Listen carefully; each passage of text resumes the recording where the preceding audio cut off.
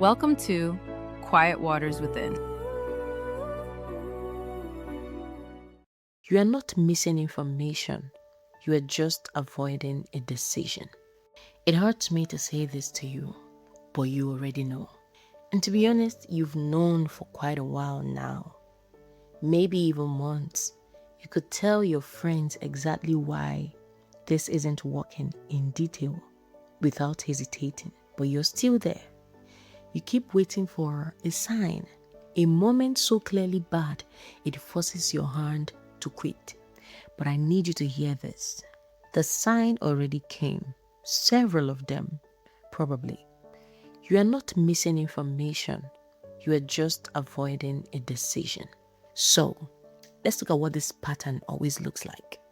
You tell yourself, just until this event passes, just until things settles, just until you're in a better place to handle it, and the just until keeps moving quietly. You've rehearsed the conversation in your head more times than you can count, and you've never actually had it. You check for a reason to stay more than you check for a reason to go.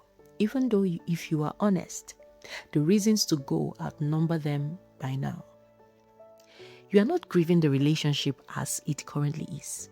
You are grieving the version of it you hoped it would become, and some part of you is still waiting for that version to show up. So here's what's actually happening.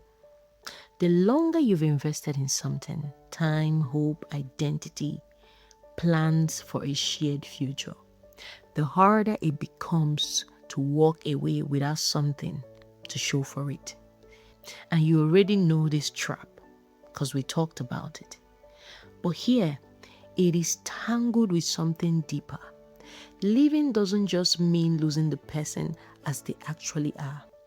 It means grieving the future you built in your head, the version of them you were hoping would eventually arrive. And there's another layer to this anyway.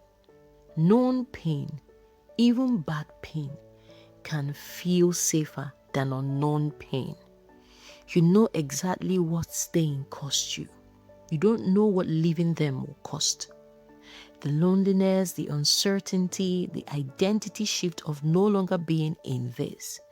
That unknown can feel scarier than the familiar hurt you are already carrying, even though the familiar hurt is the one actually costing you your life right now. There is this just a little longer loop you've been on. Every few weeks, there is a new reason to wait, a birthday coming up, a trip already planned, a flight that ended better than usual, giving you just enough hope to reset the countdown.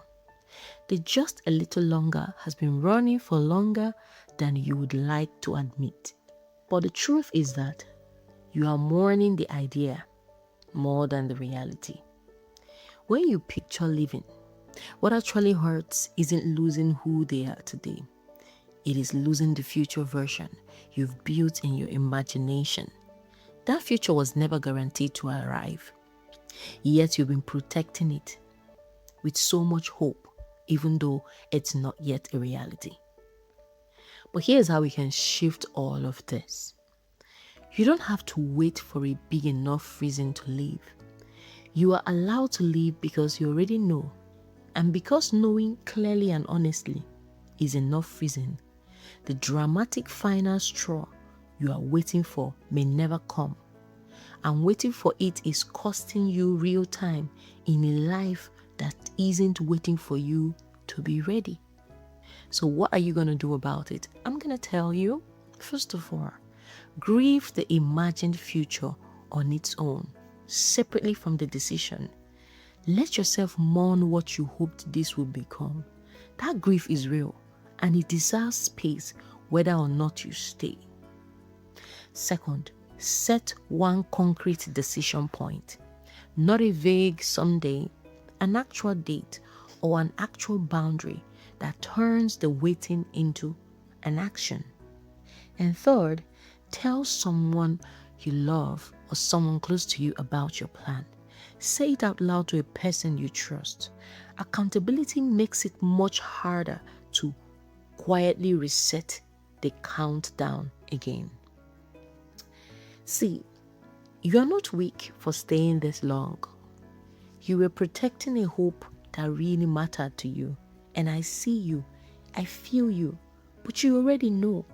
You've known for a while, and that knowing itself is enough permission to finally move on. The unknown on the other side of living is not more dangerous than the life you are currently pausing to wait inside a relationship that already ended quietly a while ago. And this is episode 6. Episode 7 is where we finally turn this around, how to stop auditioning and start being chosen exactly as you are. So, I'll see you on the next episode on Quiet Waters Within.